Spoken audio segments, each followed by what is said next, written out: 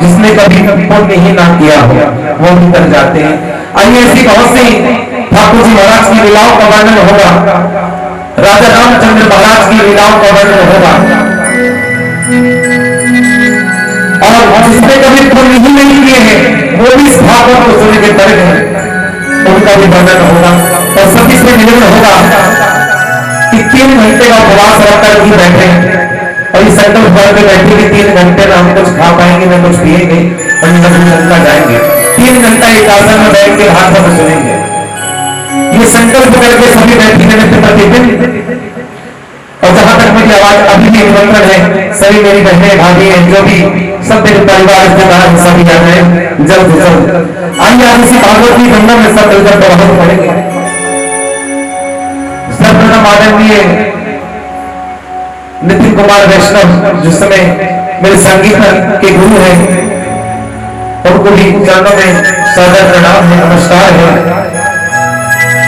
उनकी भी बहुत भूमिका रही मेरे जीवन में यहां तक लाने के लिए। उन्होंने भी मेरे साथ बहुत संघर्ष किया, उनको भी दिल से तहे दिल से धन्यवाद और प्रणाम है। आइए हमारे भागवत की पूजा के आचार्य हमारे मेरे माता पंडित बाबू जी जो हमारे मोहम्मद साहब हैं, उनका भी बड़ा बड़ा दिल से धन्यवाद है। उनकी चरणों में बड़ा बड़ा कोटि कोटि प्रणाम है। जिस अज्ञान मूल के साथ लग गए कल से परिश्रम करने में और हर चीज सामने करने की आप चिंता मत करो। आइए ऐसे गुरुजनों को प्रणाम करते हैं, कहते हैं कि सब समय समय पे हर जगह गुरु मिल जाते हैं। कभी सच्चे दरबार सबसे पहले माँ बाप गुरु होते हैं, उसके बाद समय समय पर गुरु मिलते जाते हैं। मूल ज्ञानी जो हमारे भैया मोहन आचार्य जी ने बड़ी सरलता से कहते हैं, चिंता मत करो, आप सब चीज मिल जाएगी, आप बस ठाकुर जी महाराज आपके साथ हैं सभी। तो आइए हमारे छोटे भाई धर्म शर्मा जी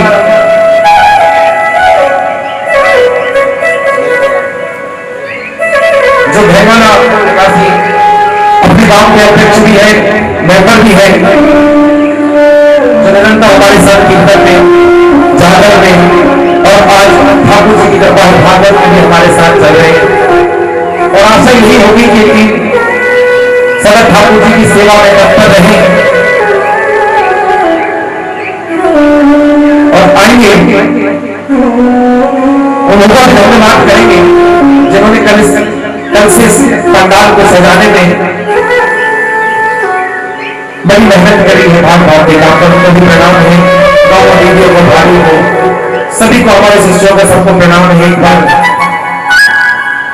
और आइए आदरणीय दिनेश कुमार चौहान चांद से जो बढ़िया ढोलक वादक ऑर्केस्ट्रा बड़ी सरस्वती मां ने पर अपनी असीम कृपा बनाई रखी है, वो भी इस भागवत में इस भागवत की गंगा में गोता लगाने के लिए तत्पर है। आइए अब सभी मिलकर के उसी भागवत की गंगा में गोता लगाएंगे। आइए थोड़ा संकीर्तन राम नाम का किया जाए, इसके बाद चलते हैं।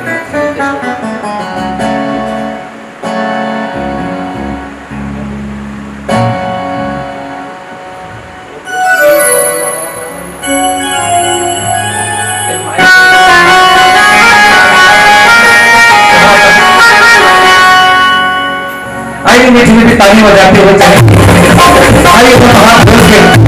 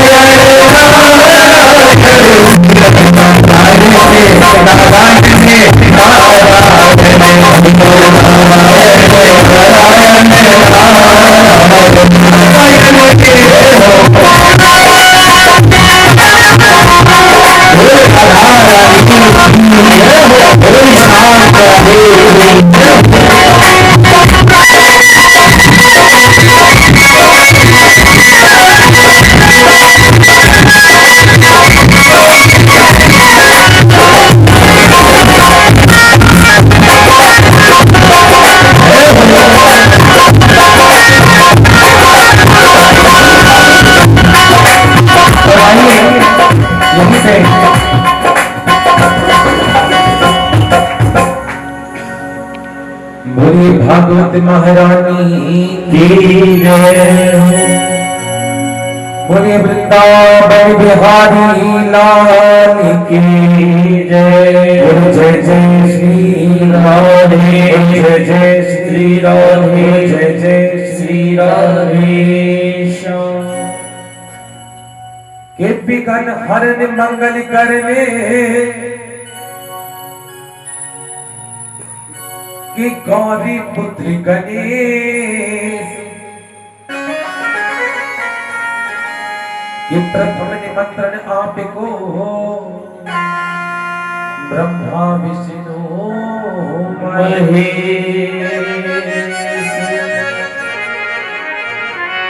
के गुरु ब्रह्मा गुरु विष्णु कि गुरुदेवो महेश्वरा कि गुरु साक्षात् पारे ब्रह्मा तस्मै श्री गुरुवे नमः। कि गुरु गोविंद दो खड़े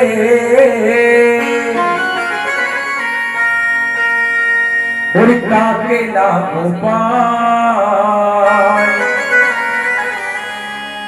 कि बलिहारी गुरु आपने कि हरि गोविंद दियो बता। आएंगे सभी अपने अपने गुरु महाराज को प्रणाम करेंगे कि गुरु महाराज ना आपके बगैर ज्ञान है, ना आपके बगैर मोक्ष है। जहां भी आपके अपने अपने सबके गुरु महाराज हैं, एक बार उनको यहीं से प्रणाम करें कि हे गुरु महाराज हमारा प्रणाम यहीं से स्वीकार करें। और आज इस भागवती गंगा में हम गोता लगाने के लिए तैयार हैं, तो गुरु महाराज आपसे विनती है कि आप ये हाथ पकड़ के गोता लगवाओ तो हमारा बेड़ा पार हो जाए। ये क्षणभंगुर संसार है।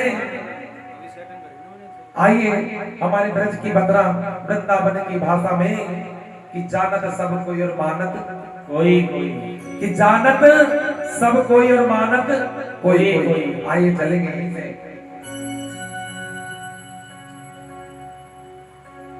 भागवत जी को प्रणाम करते चलते हैं। आज प्रथम दिवस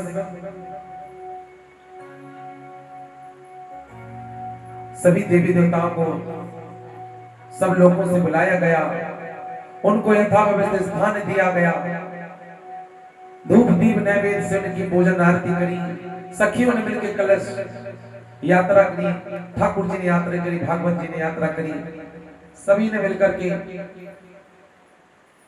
जो सहयोग प्रदान किया है, इसका फल आप लोग भी नहीं जानते कितना आपको मिलेगा, आपके परिवार को मिलेगा। आएंगे सभी से निवेदन है कि जैसे भागवत शुरुआत करवाई है, ऐसे भागवत का समापन भी सब सखियां भाई बहनें मिलके करेंगे। आइए एक बार प्रेम से बोलो राधे राधे राधे राधे। आइए चलेंगे। कि यौनता प्रतिशमम कि वाचमिमाय प्रस्तुता कि संजीव यस्त खिल शक्ति धरा स्वाधामिन कि आन्यश्च हस्त चरणा श्रवण तप्यगादीन कि प्राणनो ममो भगवती पुरुषाय तुभ्यं कि नारायण नमस्त कृत्यं नरं चैवे नरोत्तमा कि देवी सरस्वती ध्यानम कि देवी सरस्वती व्यासम ततो जय मोदीर ये कि जय जय श्री राधा रमण, जय जय श्री नवल किशोरी कि जय गोपी चित चोर प्रभु, जय जय माखन चोरी। कि बोलिए वृंदावन बिहारी लाल की जय। आइए हम समझेंगे कि भागवत क्या है और भागवत किस लिए बनाई गई है और किसने बनाई और किसने किसको सुनाई और किसने सुनी है और किसने समस्त जितने संसार में जीव हैं, जिन्होंने भागवत का पाठ सुना है, भागवती गंगा में गोता लगाए हैं। जैसे भगवान राम जब अयोध्या से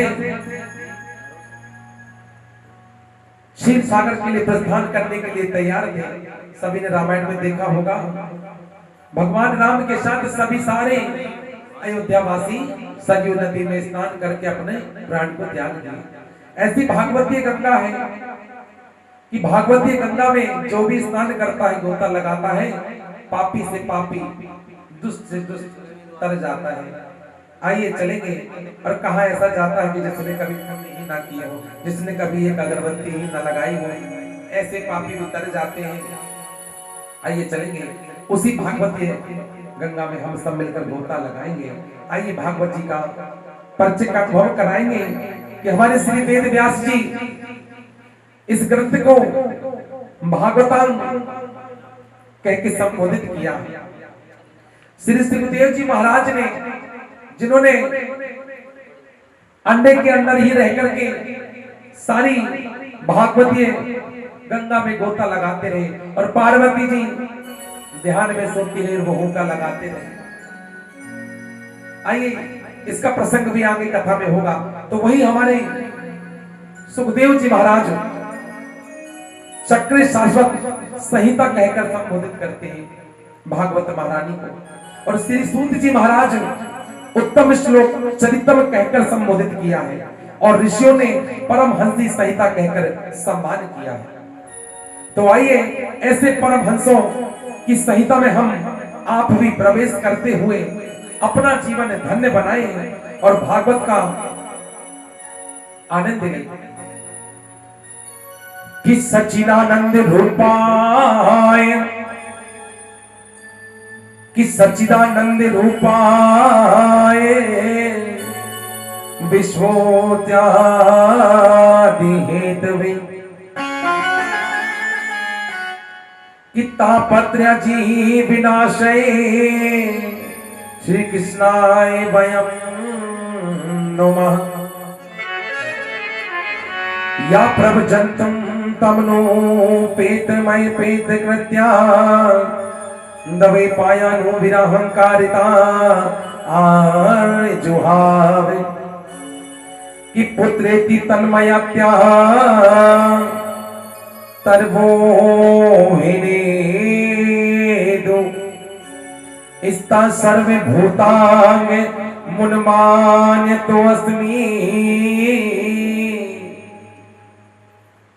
कि जो संपूर्ण जगत की उत्पत्ति और विनाश के कारण है, एवं आध्यात्मिक, आदि दैविक, आदि भौतिक तीनों प्रकार के तापों का नाश करने वाले उन युगल सरकार श्री कृष्ण को हम नमस्कार करते हैं। सारे संसार को ईश्वर का स्वरूप मानने वाले श्री जगत गुरु सुखदेव जी के हम प्रणाम करते हैं, क्योंकि शास्त्रों में सर्वप्रथम गुरु वंदना का ही विधान है। जब तक हमारे जीवन में गुरुदेव की कृपा नहीं होगी, तब तक संसार रूपी सागर से पार होना मुश्किल है। श्री तुलसीदास जी अपने काव्य में लिखते हैं कि बिन गुरु भवनिधि तरे न कोई, जो बिरंचि शंकर सब होई, कि बंदो गुरु पद परम परागा, और सुरुचि सुबस सुबस अनुरागा। कहते हैं कि जीवन में गुरु का होना बहुत जरूरी है। हर मोड़ पे गुरु होते हैं।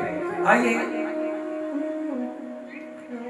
दो लाइन से अपने गुरु महाराज को प्रणाम करेंगे। हमारे आदरणीय नितिन गुरु जी ने गुरु महाराज को मनाए, फिर भी एक लाइन से गुरु महाराज को मनाते हैं। क्या कहना है?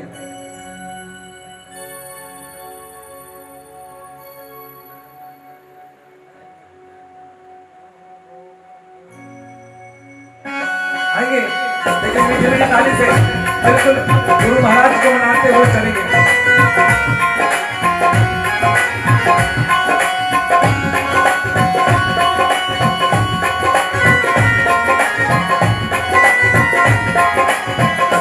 आएंगे जब मीठी ताली बजा के गुरु महाराज को मनाएंगे सभी। हरि की शरण में तेरा कब मन होगा, कैसे सफल तेरा जीवन होगा। हरि के चरण में तेरा कब मन होगा, कैसे सफल तेरा जीवन होगा। गुरु के शरण में तेरा कब मन होगा, कैसे सफल तेरा जीवन होगा। गुरु के चरण में तेरा कब मन होगा, कैसे सफल तेरा जीवन होगा। राधे हाथ खोल के ताली बजाना है।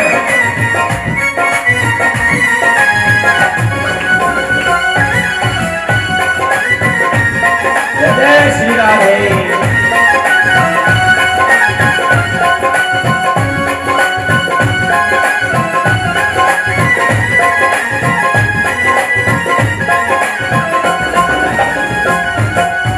आइए देखिए, जब हमने सत्संग करना शुरू ही किया था तभी सीखा था ये भजन। आइए और क्या कहना है, बचपन में तू खेला जवानी में तू भूला, बचपन में खेला जवानी में तू भूला, बचपन में तू खेला जवानी में तू भूला, बचपन में तू खेला जवानी में तू भूला।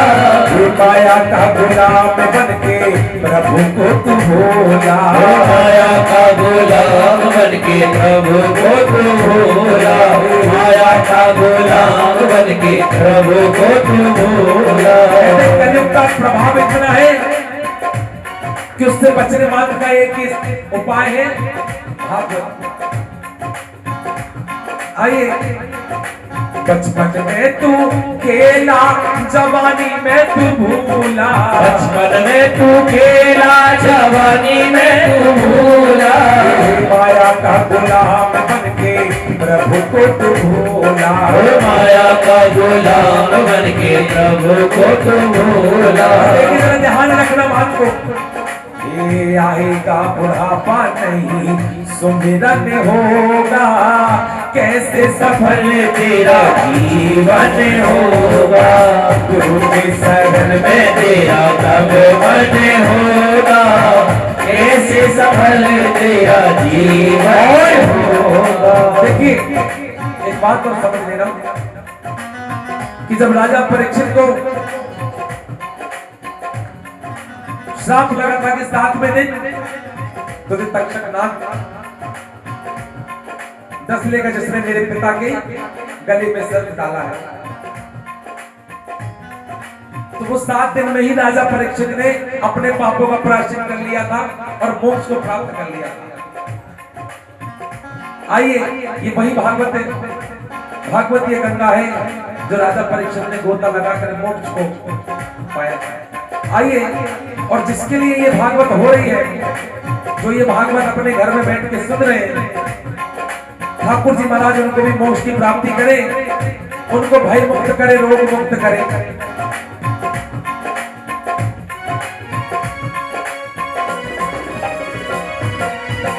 इस तन का ना कोई ठिकाना, इस तन का ना कोई ठिकाना, कैसे इस तन का ना कोई ठिकाना, इस तन का ना कोई ठिकाना। आज नहीं तो कल सबको जाना, आज नहीं तो कल सबको है जाना, आज नहीं तो कल सबको है जाना। कि मलमल तेल लगाए, मलमल साबुन लगाए, बड़े बड़े तेल लगाए मेरे नाम, बड़े बड़े साबुन लगाए मेरे नाम। इस तन का ना कोई ठिकाना, इस तन का ना कोई ठिकाना। ये आज नहीं तो कल सबको जाना, आज नहीं तो कल सबको जाना।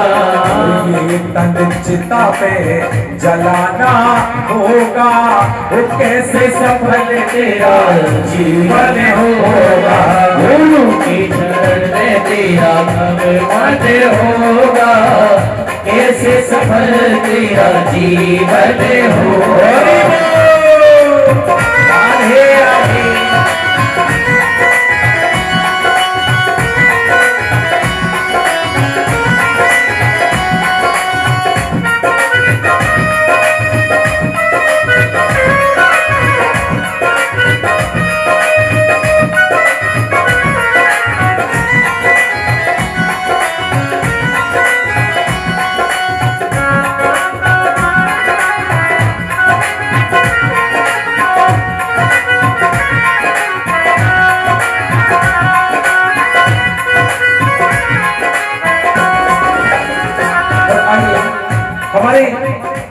सूत जी महाराज जिन्हें सौनक जी से निवेदन किया कि महाराज आप ऐसा शाश्वत साधन बताएं, शाश्वत साधन बताएं कि जो सबसे अधिक कल्याणकारी हो और भक्ति ज्ञान और वैराग्य से प्राप्त होने वाले महान विवेक की वृद्धि किस प्रकार होती है कि भक्ति ज्ञानम विराग तो विवेको वरेति महानम कि माया मोहम निराश वैष्णवे कृत्य कथम कि सौनक जी की विनम्र वाणी से पुलकित होकर श्री सूत जी कहते हैं कि श्रीमद् भागवत जो समस्त वेद वेदांत धर्म शास्त्र ग्रंथ है, संसार के मृत्यु रूपी भय से मुक्ति दिलाने वाला है, आज मैं तुम्हें उसे श्रवण कराऊंगा और इसकी महिमा अनंत है। एवं दृष्टांत देता हूँ, समझो इसे। जिस समय श्री सुखदेव जी गंगा के पवित्र बटवाया छत्र के नीचे, बट के वृक्ष के नीचे शुक्र काल में सुखदेव जी महाराज राजा परीक्षित को बट की छाया, बट के वृक्ष के नीचे जब कथा सुना रहे थे, भागवत कथा, जब 7 दिन शेष रह गए थे, तो सुखदेव जी महाराज बट वृक्ष के नीचे शुक्र काल में राजा परीक्षित को भागवत सुना रहे थे। उसी समय देवताओं ने, समस्त देवताओं ने देखा कि सुखदेव महाराज तो राजा परीक्षित को भागवत कथा का श्रवण करवा रहे हैं। सभी देवताओं ने चाल चली और चाल चलने के बाद अमृत कलश को उठाया और सीधा सुखदेव जी महाराज के पास आकर के पहुंच जाते हैं। और जैसे ही सुखदेव जी महाराज के पास पहुंचते अमृत का कलश को भर के, तो अमृत के कलश को सुखदेव महाराज जी के आगे रख दिया जाता है और कहा जाता है कि सुखदेव जी महाराज ये अमृत का कलश है, आप इस कलश को ले लो और राजा परीक्षित को पिला दो, उनकी सारी बाधाएं ही मुक्त हो जाएंगी। जब वो अमृत पी लेंगे तो नाग से डसने का भय उनको सदा के लिए निकल जाएगा। और जो ये भागवत रूपी गंगा है, इसका पठन श्रवण आप कर रहे हो, ये हम देवताओं को इस भागवत का श्रवण पठन करा, इस अमृत को ले लो। अब देवताओं देखो भागवत की महिमा, इस भागवत की महिमा देखो। आज के कलयुगी मनुष्य को अगर 10 करोड़ में अमृत मिलने लगा कि 10 करोड़ में अमृत ना मरने की दवाई मिलेगी, तो आधी दुनिया जिंदा रहेगी, आधी मर जाएगी। ऐसे देवता उतर के आए, अमृत का कलश लेकर परीक्षित राजा को देने लगे कि राजा परीक्षित, ये अमृत कलश को तुम पी लो, इसका पान कर लो और तुम सदा सदा के लिए अमर हो जाओगे, तुम्हें मृत्यु का भय ही नहीं रहेगा। लेकिन जो भागवत का पान श्रवण जो सुखदेव महाराज तुम्हें श्रवण करा रहे हैं, वो हम श्रवण करना चाहते हैं, हम सुनना चाहते हैं। सुनिए, सुखदेव जी महाराज बड़े विचित्र थे, क्योंकि उन्होंने 12 बरस मां के गर्भ में रहा। बताओ कौन बच्चा मां के गर्भ में 12 बरस रहता है? भय के कारण कोई नहीं, भय के कारण 12 बरस मां का गर्भ ही नहीं छोड़ा। सारे देवता विनती कर करके हार गए, थक गए। आखिरकार वेद व्यास जी ने भी विनती करी, अनुग्रह करा कि बेटे अब तो बाहर आ जाओ।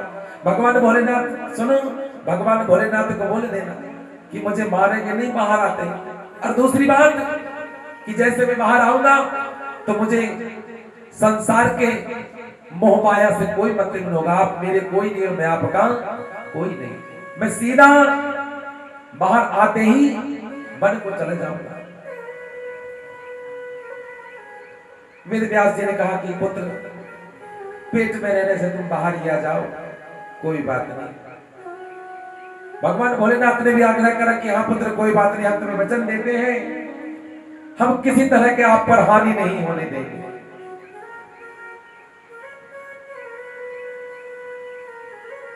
जैसे ही सुखदेव जी महाराज बाहर आते हैं, वो 12 वर्ष के पहले से 12 वर्ष के वो हो चुके थे। जैसे बाहर आते हैं, उन्होंने पीछे मुड़ के देखा कि मेरी माता कौन, मेरे पिता कौन, और इस संसार कौन, ब्रह्मा कौन, विष्णु कौन, देवता कौन, और सीधे वन को प्रस्थान करते बोले, वृंदावन बिहारी लाल की जय। तो जिस समय सुखदेव जी महाराज परीक्षित महाराज को गंगा किनारे शुभ्रताल वट वृक्ष के नीचे आनंद मगन होकर भागवत का रस पान करा रहे थे, उसी समय सारे देवता अमृत कलश का लालच दिखा के कि सुखदेव जी महाराज ये अमृत कलश ले और ये भागवत का रस आवे, हंसने लगे। सुखदेव जी महाराज बड़े विचित्र थे, हंसने लगे, कह रहे लुटेरों तुमने यहाँ पर भी डाका डालना छोड़ा नहीं कि अमृत का कलश उठा लाए जिसमें देवताओं का युद्ध हो गया और राक्षसों का अमृत के पीछे युद्ध हो गया। जिस अमृत के पीछे देवता और राक्षसों में महायुद्ध घनघोर युद्ध हुआ, राहु केतु राक्षस रूप बदलकर वेश बदलकर अमृत का पान करने के लिए आए थे, फिर भी भगवान विष्णु ने अपनी माया से उनके शीश अलग कर दिए, फिर भी राहु केतु जिंदगी में लगे ही हैं। अभी किसी के राहु चढ़ रहे हैं, किसी को केतु उतर रहे हैं। तुम छलियो अपनी हरकतों से बाज ना आओगे कि आज तो फिर अमृत का कलश उठा के ले आए और कहने लगे भागवत का रस पान करा दो। ये कोई मोल है? ये तुम्हारा कांच का टुकड़ा है अमृत। सुखदेव जी महाराज ने कहा उठाकर इसको लेके जाओ, ये कांच का टुकड़ा है, इसका कोई मोल नहीं है, इसका कोई मोल नहीं है। इस लालच में हम नहीं आएंगे। अपनी अमृत कलश उठाओ और अपने आकाश को जाओ, अपने स्वर्ग लोक को, अपने धाम को जाओ, जहां से आए जहां से कलश लेके आओ वहीं जाओ। सारे देवता रुष्ट हो गए, रुष्ट होकर के जाकर के ब्रह्मा जी के पास जाते हैं और भगवान ब्रह्मा से जाकर के आग्रह करते कि भगवान सुखदेव जी महाराज ने तो हमारा बड़ा अपमान किया और ये अमृत कलश को ही ठुकरा दिया। ऐसा क्या इस भागवत के अंदर है, ऐसा क्या है इस भागवत में जो अमृत कलश को ही ठुकरा दिया?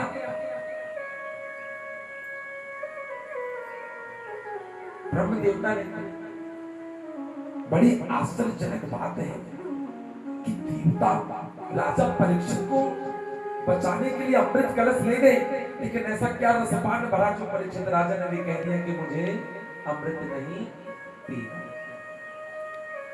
जल्दी से ब्रह्मा जी ने तराजू उठाई, अपनी तराजू बट्ट निकाले, सारे चारों वेद ग्रंथ गीता पुण्य भागवत सब रख दिया पल्ले में, एक तरफ भागवत जी को रख दिया गया, भागवत जी तलक भी नहीं। ब्रह्मा जी ने बोले ऐसा क्या है इसमें जो ये तो हिल भी नहीं रही। आइए देखते हैं 7 दिन में परीक्षित राजा के साथ क्या होता है। ब्रह्मा जी ने सारे देवताओं को समझाया कि यहीं से बैठे बैठे देखो कि होता क्या है, 7 दिन में राजा परीक्षित को क्या मिलता है। आइए अपन उसी भागवती गंगा में स्नान करेंगे जिसमें परीक्षित राजा ने कहता, कहती थी वृंदावन बिहारी लाल की जय हो।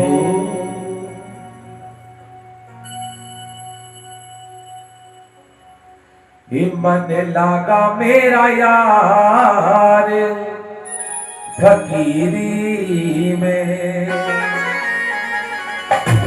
आइए जरा ताली बजा के दबा।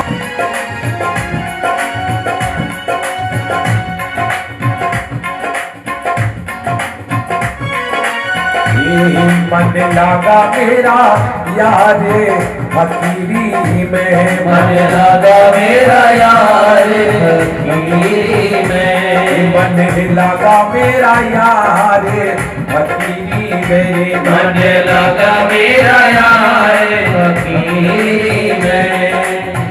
जो सुख पायो नाम भजन में, जो सुख पायो नाम भजन में, जो सुख पायो राम भजन में, जो सुख पायो राम भजन में, वो सुख नाही अमीरी में। मन लागा मेरा यार फकीरी में, मन लागा मेरा यार फकीरी में, मन लागा मेरा यार फकीरी में, मन लगा मेरा यार फकीरी में। तो आइए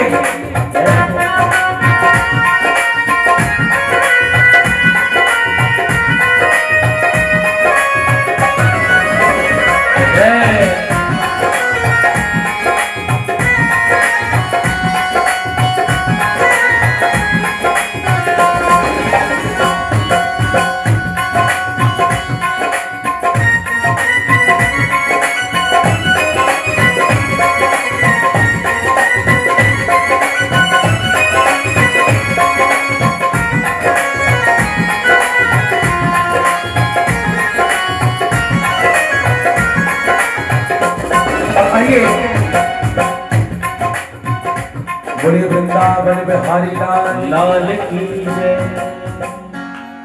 कि स्वर्ग सत्य च कैलाश वैकुंठे नाश्यतम रसा कि अतः पिबन्तु सब्जा भाजा मामा मुंचन कहीं अर्चित। कि स्वर्ग लोक और सत्यलोक की बातें छोड़ो, हमारे श्री राम जी जब अवध वासियों को साथ लेकर अपने धाम को जा रहे थे तो हनुमान जी महाराज से कहा, भगवान राम ने कि हनुमान जी आओ चलो। तो हनुमान जी ने कहा कि वहां रसपान होगा भागवत का कि नहीं होगा। हनुमान जी ने बोले मैं आपके साथ वैकुंठ चलने को तो तैयार हूं, लेकिन वहां भागवत जी का रसपान होगा, भागवत कथा सुनने को मिलेगी। तो प्रभु ने कहा हनुमान जी से, नहीं हनुमान, वहां तो हम स्वयं हैं, जिसको प्राप्त करने के लिए ये भागवत होनी वहां तो हम स्वयं नहीं महाराज, आप तो स्वयं हैं, लेकिन जहां भागवत का रसपान हो, जहां भागवत कथा का वर्णन हो, मैं तो ऐसी जगह रहना चाहता हूं। भगवान ने कहा ठीक है। हनुमान जी ने भी पीछा छोड़ दिया कि नहीं नहीं महाराज राम, मैं आपके साथ क्यों जाऊं, जहां भागवत कथा का वर्णन हो, जहां सत्संग हो, मैं वहीं जाना चाहता हूं।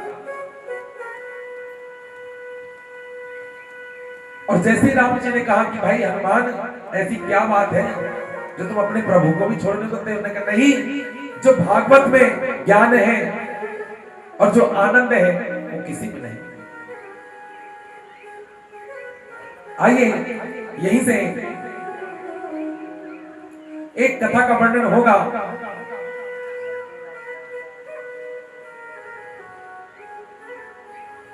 आइए जरा ध्यान पूर्वक सुनेंगे और बिल्कुल आपस में इनको मना करने बात ना करेंगे। बिल्कुल आएंगे, 6 बजे आरती का समय है और सभी भक्तों से निवेदन मोहल्ले पड़ोस के कि आज अपनी नींद को पूरी करके ही आना पड़ेगा आप लोग। आइए, कहते हैं जो गंगा के किनारे रहते हैं उसको कभी गंगा का महत्व नहीं पता होता। जो गंगा किनारे रहते हैं हम छोटी सी बोतल में गंगा का जल लेके आते हैं, घर में छिड़काव करते हैं, यदि कहीं जाते आते हैं तो छिड़काव करते हैं अपने ऊपर। और जो गंगा किनारे रहते हैं वहीं मैल धोते, वहीं तन धोते, वहीं तन धोते, वहीं कपड़ा धोते, वहीं बर्तन धोते, वहीं जूठन, वहीं समस्त गंदगी उसी गंगा में। तो जो गंगा के तट में रह के गंगा का मोल कोई नहीं जानता, जो 1200 किलोमीटर 800 किलोमीटर 600 किलोमीटर दूर से जाता है तो बोतल में गंगा जल भर के लाता कि त्रिवेणी संगम महाकुंभ नहा के 144 साल बाद आया तो गंगा का जल लेके तो चले। आइए, यहीं से जब सुखदेव जी महाराज ने राजा परीक्षित को भागवत सुनाने लगे, देवता कलश लेके आए, देवताओं को फटकार के सुखदेव जी महाराज ने बोला जाओ तुम अपने लोग को वापस हो जाओ, चलियो, तुमने अपनी आदत नहीं छोड़ी। वहां ब्रह्मा जी ने कहा कोई बात नहीं, देखो 7 दिन में होता क्या है, राजा परीक्षित को क्या मिलता है और क्या होता है इस भागवती गंगा में स्नान करने से, गोता लगाने से। आइए हम सब देखेंगे, सभी देवी देवता बैठ के देखेंगे और हम सब भक्त भी देखेंगे कि 7 दिन की भागवती गंगा में क्या होता है। वही हनुमान जी ने कह दिया राम प्रभु से, प्रभु राम, जहां सत्संग, जहां भागवत, जहां कथा, जहां कीर्तन नहीं होगा, मैं वहां उस देश में, वहां उस जगह में प्रवेश नहीं करूंगा। ब्रह्मा जी ने कहा बड़ी आश्चर्य की बात है। हनुमान जी ने भी कह दिया जो एक पल श्री राम के बगैर रह ही नहीं सकते। आइए, ऐसे तुंगभद्र नदी के किनारे एक आत्मदेव नाम के ब्राह्मण रहा करते थे। बड़े सज्जन थे और बड़े धनवान थे। जैसे हमारे प्रेम जीवन हॉस्पिटल के सामने देव नाम के ब्राह्मण रहा करते थे।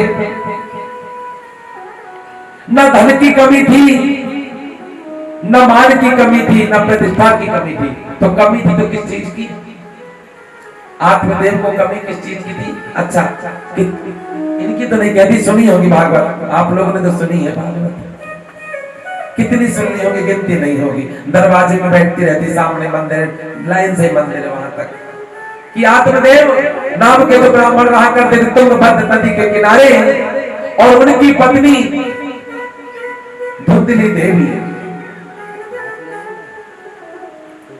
आत्मदेव नाम के ब्राह्मण, उनकी पत्नी धुंधली देवी और आत्मदेव बड़े नेक सज्जन सीधे ब्राह्मण थे और जो उनकी पत्नी धुंधली थी, जब तक वो लड़ाई ना कर ले घर में उसका खाना नहीं पचता था। अगल बगल पड़ोसी मोहल्ले से लड़ ना ले, घर में लड़ ना ले, आत्मदेव से लड़ ना ले, आत्मदेव को थका ना ले जब तक बाज नहीं आती थी। मतलब समझना, बड़ी अच्छी कथा है। जोर जोर से विलाप करने लगे, बड़ा चिंतन करने लगे कि इस जीवन में औलाद के बगैर मेरी कोई जिंदगी नहीं है, ना मुझे कौन दाग देने वाला है, ना मुझे कोई दाग देगा, ना मुझे कोई पानी देगा, ना मेरा कोई पिंडदान करेगा, कैसे इस जीवन को काटेंगे। बड़े आत्मदेव बड़े दुखी होकर के जंगल में बैठे रो रहे हैं, विलाप कर रहे हैं। वहीं से एक साधु जन की टोली जाती, एक साधु महात्मा उसके पास आते। साधु महात्मा ने कहा कि महात्मा आप रो क्यों रहे, अपना कारण उन्होंने कहा बताओ।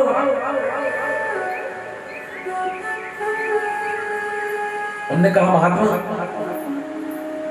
मेरे घर में औलाद नहीं है और मैं औलाद के बगैर कैसे रहूं। महात्मा ने कहा मूर्ख, तू औलाद के लिए रो रहा है? नहीं महाराज, मैं औलाद के बगैर बहुत हूं। अरे मूर्ख, तुझे तो भक्ति करने का समय मिला है, भक्ति करने का मौका मिला है, तू औलाद के लिए रो रहा है? नहीं महाराज, मुझे तो औलाद। महाराज ने अपनी अंतराल की दृष्टि से देखा और आत्मदेव को तुरंत कहा, आत्मदेव तेरे तो 7 जन्म तक बालक, बच्चे का कोई योग नहीं है।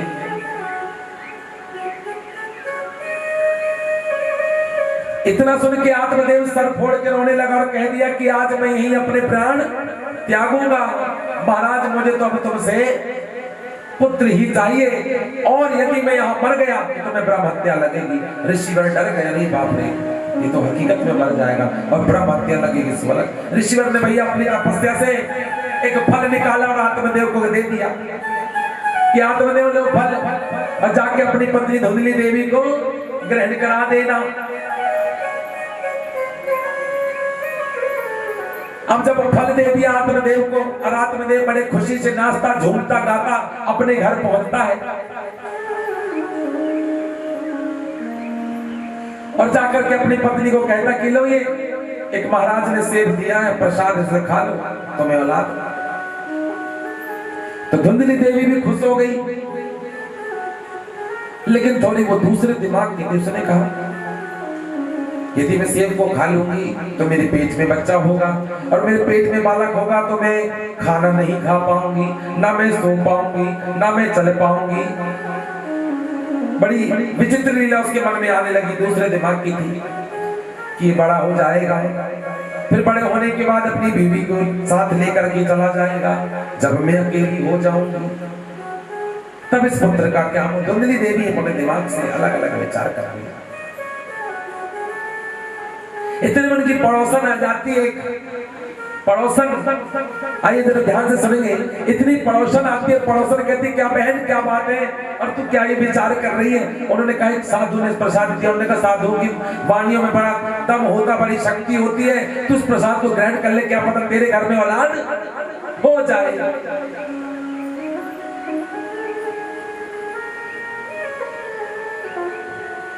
इतने में उसकी बहन धुंधली की बहन चली आती है और धुंधली की बहन चाहती है छोटी बहन कि बड़ी बहन के बालक ना हो और ये सारी संपत्ति जायदाद मेरी हो जाए। धुंधली की छोटी बहन गर्भवती थी, उसने आई और आकर के कहा अपनी बहन से कि बहन कभी कोई फलंत बालक हो गए, किसी साधु महात्मा ने तुझे कोई भी फल दे दिया तो तुझे ग्रहण कर लेगी? कभी बहन ऐसे फलों से बालक बच्चे ना हुआ। जैसे धुंधली ने ये बात सुनी, दिमाग की सरकी तो थी, उसने उठाया सेब, उसने कहा क्या करूं क्या करूं। तो उसने धुंधली की बहन ने कहा देख तेरी गाय ने भी बच्चा नहीं दिया अब तक, तू अपनी गाय को खिला दे, देख इसकी परीक्षा भी हो जाएगी कि साधु में दम है कि नहीं। धुंधली ने वो गाय को सेब खिला दिया। अब सेब ने गाय ने वो सेब को ग्रहण कर लिया और गाय गर्भवती हो गई। इधर धुंधली की बहन को पुत्र होता है और धुंधली ने अपने पति से झूठ बोल दिया कि हाँ मैंने प्रसाद खा लिया और मैं गर्भवती हूँ और धुंधली ने अपनी ही बहन की छोटी बहन के पुत्र को लेकर के आत्मदेव से कहा कि तुम्हारा ही पुत्र है। और आत्मदेव खुशी के मारे समझ नहीं पाया कि ये पुत्र मेरा है कि नहीं। आत्मदेव खुशी के मारे नगर से मारा गाजे बाजे, खूब लड्डू हो रहे, खूब नाच गाना, खूब खुशी मनाई जा रही। तुंगभद्र नदी के किनारे आत्मदेव के घर में खूब लालना पालना झूलना हो रहा, खूब गाजे बाजे, संगीत हो रही। सुनीता बहन जी की टोली नागरे सुहेग गाने वहां पहुंच जाती है। आइए एक बार आत्मदेव की जो वर्षों की मुराद पूरी हुई, उनके दरवाजे में आज खुशी की लहर है। आइए कैसे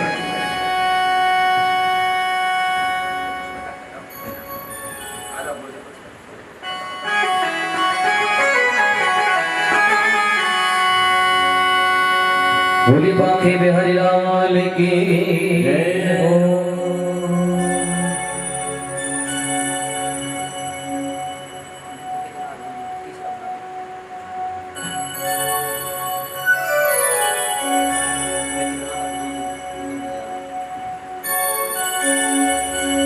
मैं कितना धम हूँ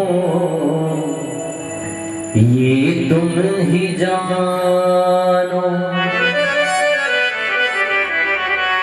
मैं क्या चाहता हूँ ये तुम ही जानो,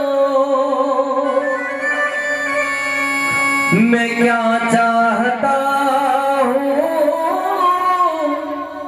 ये तुम ही जानो।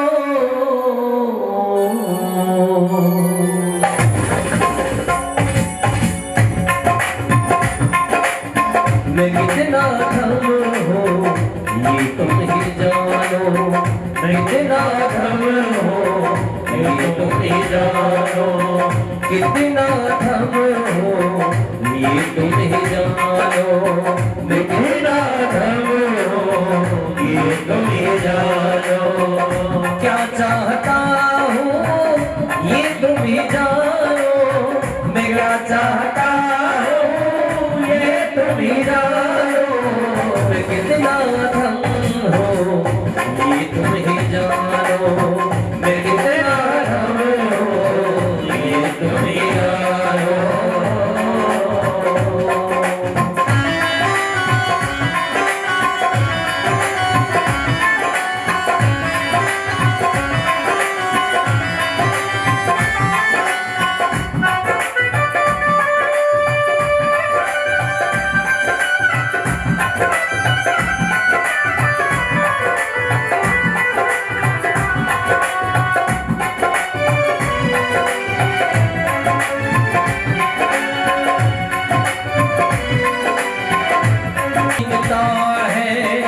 ना भाव भक्ति ना दिखता है, ना भाव भक्ति ना कुछ भजन है, ना आत्मशक्ति ना कुछ भजन है, ना आत्मशक्ति ना दिखता है, ना भाव भक्ति ना दिखता है, ना भाव भक्ति ना कुछ भजन है, ना आत्मशक्ति ना कुछ भजन है, ना आत्मशक्ति। मैं क्या देखता हूँ ये तुम ही जानो, मैं क्या देखता हूँ ये। उसमें सभी कॉलोनी वासियों से निवेदन है कि हाथ जोड़ के निवेदन है कि बुलावे का इंतजार ना करेंगे। फिर भी हमने एक बार आज बुलावा लगवा दिया। हमें 7 दिनों तक 7 तारीख तक सभी से निवेदन है कि बगैर बुलाए आएंगे, बुलावे का इंतजार नहीं करेंगे।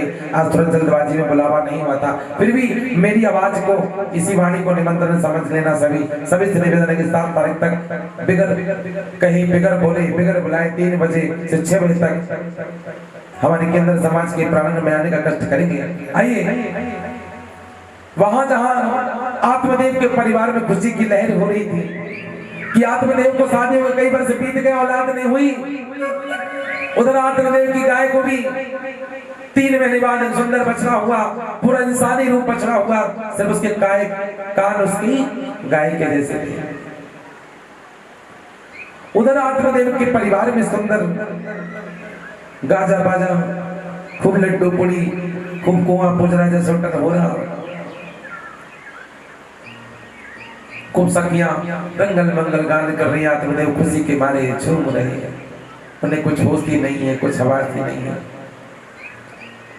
उधर उनकी गाय ने 3 महीने के बाद एक सुंदर पुत्र को जन्म दिया, पूरा इंसानी रूप पुत्र, उसके सिर्फ कान गाय के जैसे, जिसके कान गाय के जैसे।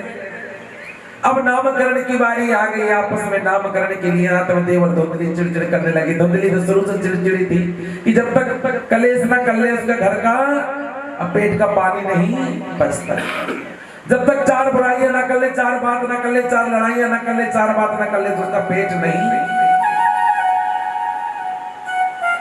अब कहने लगी धुंधली आत्मदेव से, नामकरण होने की बारी आ गई। धुंधली का नहीं, ये मेरा पुत्र है, इसका नाम है।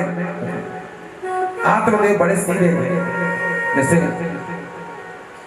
सीधे हमारे भाई साहब, ऐसी आत्मदेव बड़े सीधे, बिल्कुल बोलना ना जाने कुछ।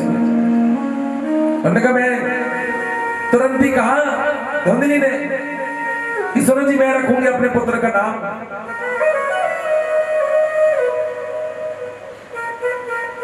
बड़े दिनों बाद औलाद हुई है, अपने पुत्र का नाम तो मैं ही रखूंगी। तो नाम उसका धुंधली था, तो धुंधली ने अपने पुत्र का नाम धुंधकारी रख दिया। बोलो श्री सीता रामचंद्र भगवान की। वो धुंधली ने अपने बेटे का नाम धुंधकारी ही रख दिया। वो धुंधकारी बड़ा दुराचारी, बड़ा पापाचार करने वाला। उधर जब गाय ने इंसानी रूपी बछड़े को जन्म दिया, कान उसके बछड़े के आए, तो आत्मदेव ने कहा, सुनो धुंधली, तुमने अपने पुत्र का नाम तो रख लिया धुंधकारी, लेकिन अब ये गाय का पुत्र है, इसका नामकरण तो मैं ही करूंगा। हमने कहा ठीक है, कर लो तुम गाय के नाम का। मैंने तो अपने पुत्र का नाम धुंधकारी रख दिया, बड़ा पापाचारी।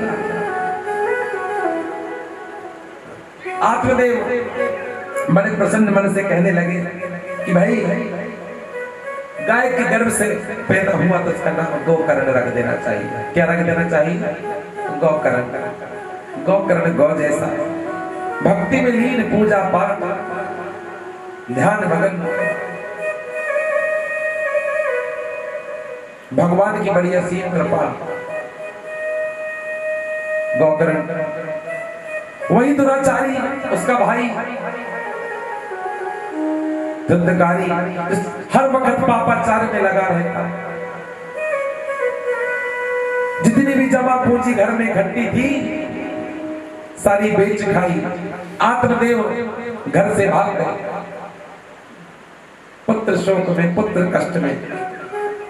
जब आत्मदेव को याद आया कि ऋषि मुनि ने कहा था क्या करेगा तू बेटा और बेटी, एक दिन यही बेटा, आज तू बेटा बेटी के लिए रोना कि मेरी औलाद नहीं है, एक दिन तू रोएगा कि भगवान ऐसी औलाद किसी की ना हो। आत्मदेव का वही हाल हो गया। उधर धुंधली घर में झाड़ू करे, पोछा करे, धुंधली की जवान बंद हो गई। धुंधली को मारने लगा, पीटने लगा।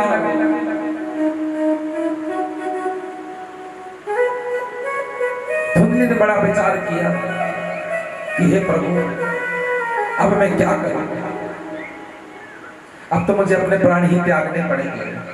जब तक मैं अपने प्राण नहीं त्यागूंगी, जब तक मुझे इससे छुटकारा नहीं मिलेगा। बोलो सीताराम महाराज की।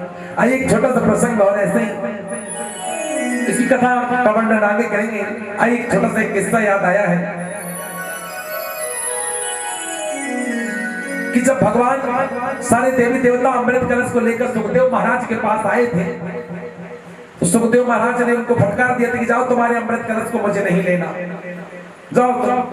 तो देवताओं ने आपस में बात करने लगे, सारे मिलकर की जितने ऋषि मुनि थे आपस में संकादिक थे कि छोटा सा अमृत कलश, कितना सारा उसमें अमृत भरा हुआ है जो आज तक खत्म ही नहीं हुआ। ऐसा कैसा वो अमृत का कलश हो गया जो आज तक खत्म ही नहीं हुआ, कितने देवताओं ने पी लिया, ये अमृत कलश खत्म ही क्यों नहीं हो रहा। सारे आपस में संकादिक ऋषि बैठे हैं। देवता खाली काम चलाते हैं, सूंघते हैं अमृत को, पीते नहीं। अब सूंघ के काम चलाते हैं, कलयुग का प्रताप भारी है तो अमृत कम हो रहा है तो पीते नहीं, खाली सूंघते हैं देवता। ऐसी गांव में तीन कंजूसों की कहानी सुना। तीन कंजूस महाकंजूस रहते थे साथ, अगल बगल तीनों का घर था। उनकी कंजूसाई की हद थी। उन्होंने कहा चलो आज देखते हैं सबसे ज्यादा कौन कंजूस। तीनों ने कहा कि हम तो तीनों कंजूस हैं, लेकिन देखते सबसे ज्यादा कंजूस कौन है। तीनों बाजार जाते हैं, एक एक पाव घी ले आते हैं और एक एक पाव घी ला के डब्बों में भर करके रख देते हैं। जब 6 महीने बाद तीनों मिलते हैं, जब 6 महीने बीत जाते हैं तो 6 महीने के बाद वो तीनों से इकट्ठे होते हैं कि लाओ अपने अपने घी के डब्बे ले आओ, एक पाव घी और 6 महीने तक चलेगा। अपने अपने डब्बे सब मिलकर दिया। अब तीनों बैठ गए। अब पहले ने कहा, पहले से पूछा गया हाँ भाई तुम्हारा घी तो, अरे इतना सारा घी खत्म हो गया तुम्हारा। उन्होंने कहा देखो जी मैंने तो एक ऊपर की रोटी चुपड़ी और एक नीचे की रोटी चुपड़ी और बीच की रोटी सारी चुपड़ी समझ के खा लिया मैंने, तो मेरा घी अभी तक बचा हुआ है। दूसरे ने कहा यार मैंने तो इससे भी कम घी लगाया। कैसे लगाया? उन्होंने कहा मैंने सिलाई ली और सलाई में घी में डुबाया और रोटियों में छेद दिया, सारी रोटी में घी लग गया। उन्होंने कहा अरे यार तुमने तो इतना घी वेस्ट करा। अब मैंने कैसे घी वेस्ट करा, मेरा भी तो सुन लो। मैंने कैसे घी का उपयोग करा। मैंने एक सीसी में घी भरा, छोटी सी सीसी में घी भरा और रोटियों में उसको ऐसे लपेट के घी को ढक्कन खोल दूं और सीसी को ऐसे लपेट दूं और फिर ढक्कन लगा के रख दूं। खाली घी की खुशबू आ जाती थी, उसी से रोटी खा लिया करता था, इसलिए मेरा घी बिल्कुल भी नहीं। इसी तरह स्वर्ग में देवता भी अमृत कलश को सूंघ कर काम चलाते हैं। अब अमृत की बूंद किसी को नहीं मिल सकती, लेकिन राजा परीक्षित को देने के लिए तो वो आ गए। लेकिन राजा परीक्षित ने और सुखदेव जी महाराज ने उस अमृत कलश को ही वापस कर दिया। तो ऐसे वो तीन कंजूस थे। तो ऐसे देवी देवता खाली सूंघ के काम चलाते हैं, जैसे वो रोटी में घी को खड़ा सूंघ के उसकी खुशबू आ जाए और खा लिया। बोले वृंदावन बिहारी लाल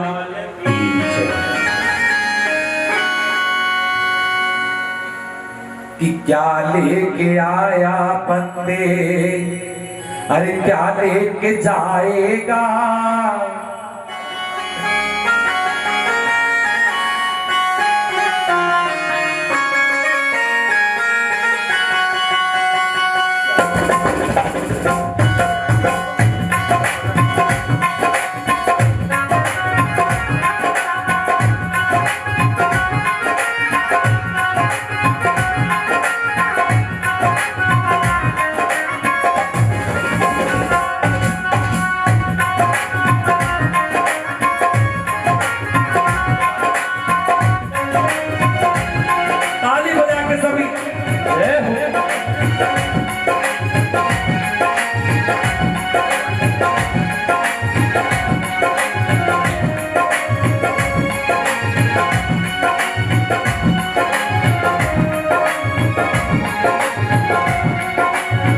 क्या लेके आया बंदे, क्या लेके जाएगा, क्या लेके जाएगा।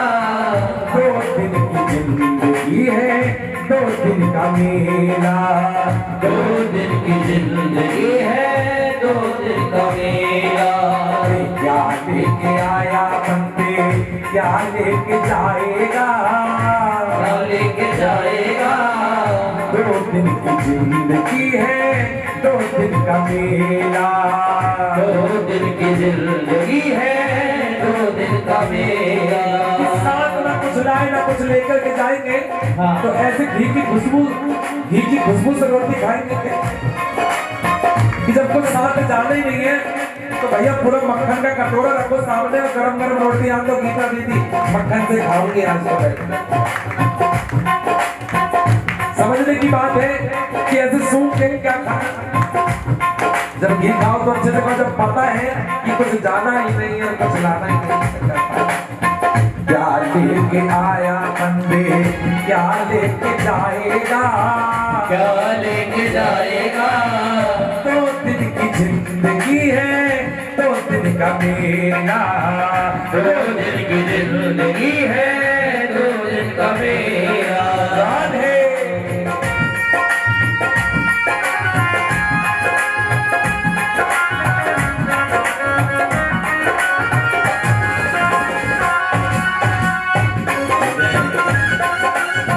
जय हो।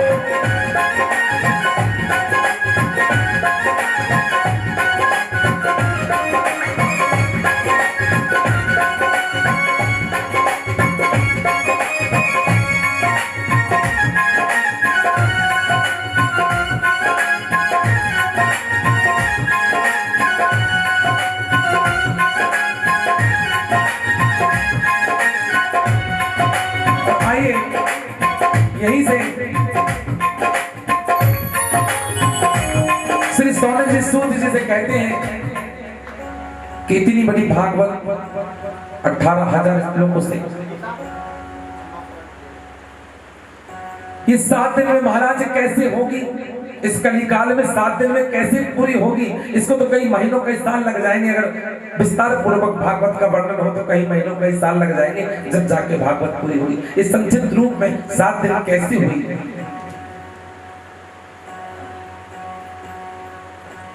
कि 18,000 श्लोक के महीनों में साल भर में विस्तार में सुनो तो 7 दिन की परंपरा कब से चली।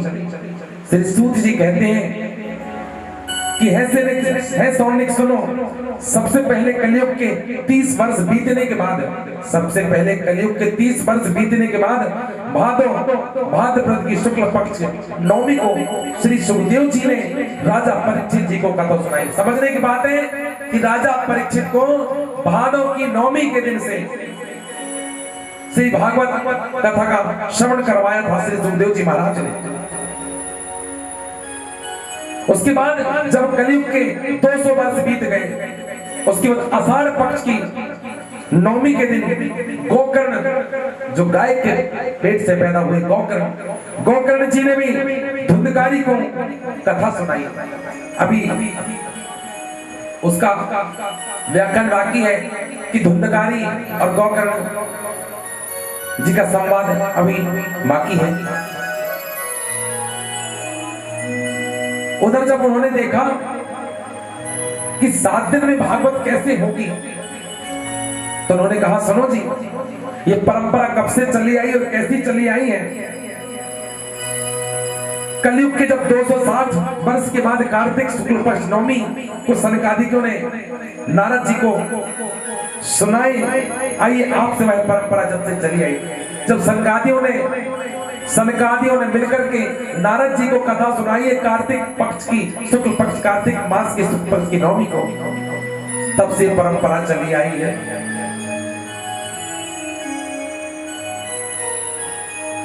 जब नारद जी बड़े व्याकुल थे सत्संग को भागवत कथा को सुनने के लिए, यहां से वहां वहां से वहां भागे फिर रहे,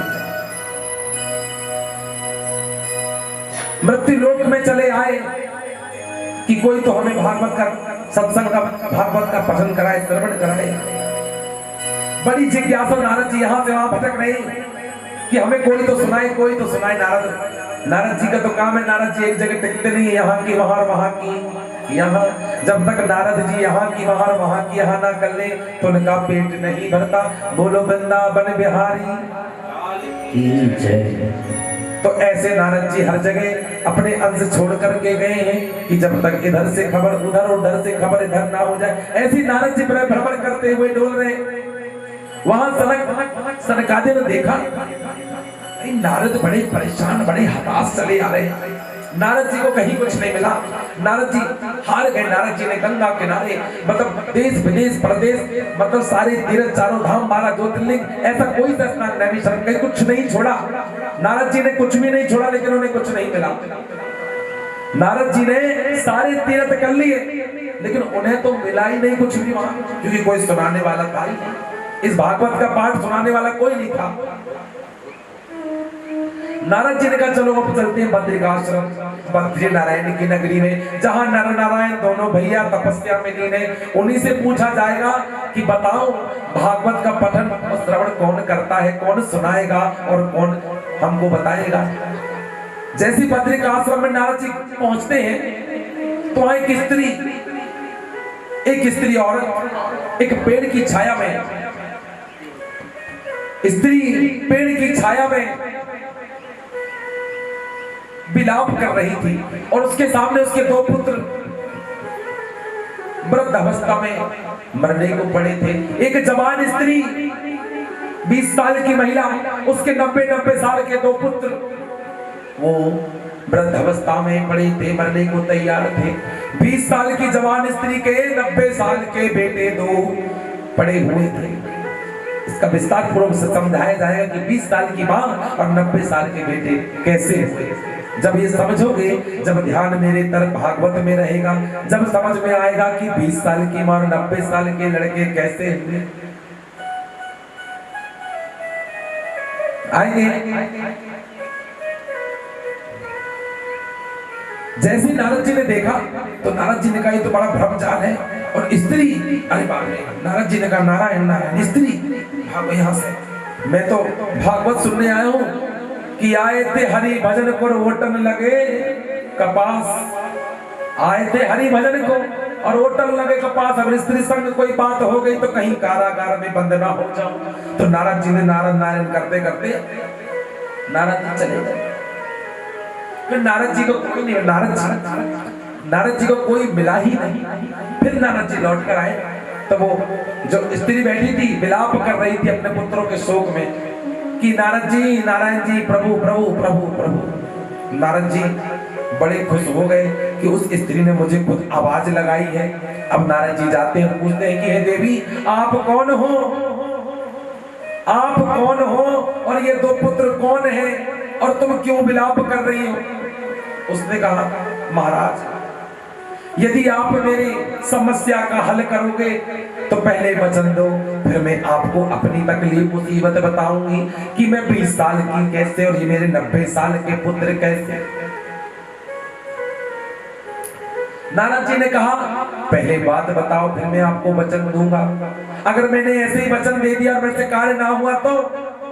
तुमने कहा महाराज सुनो, मैं 20 साल के कैसी और मेरे 90 साल के लड़के कैसे। मेरा नाम भक्ति है, मेरा नाम क्या है? भक्ति। और मेरे ये 2 पुत्र हैं ज्ञान और वैराग्य, मेरे 2 पुत्र हैं ज्ञान और वैराग्य।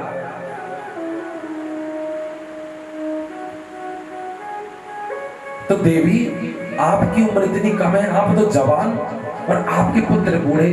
तुमने कहा सुनो नारद जी कि इस समय भक्ति तो चरम में, भक्ति चरम में बोलो कि वृंदावन में जाके देखो भक्ति, भक्ति भाव तो है लेकिन वैराग्य नहीं।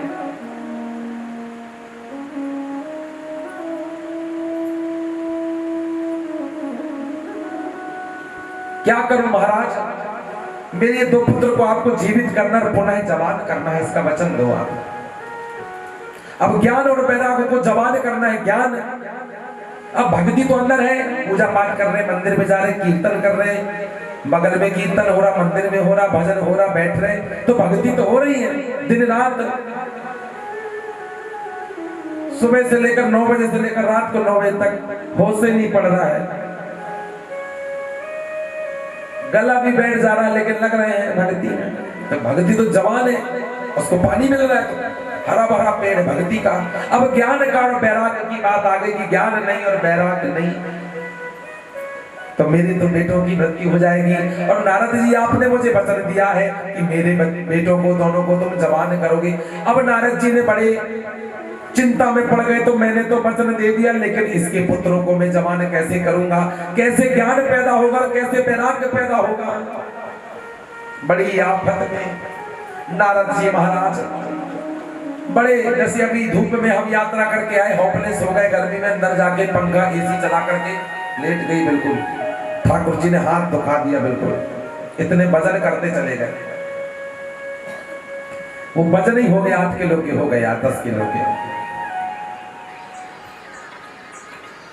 अब बड़े परेशान नारद जी बिल्कुल पसीना पसीना होते हुए चले आ रहे, बद्रिका आश्रम से लौटते, वहां देखते उनको सनकादिक बुलाते, अरे नारद जी प्रणाम, कहां देवता,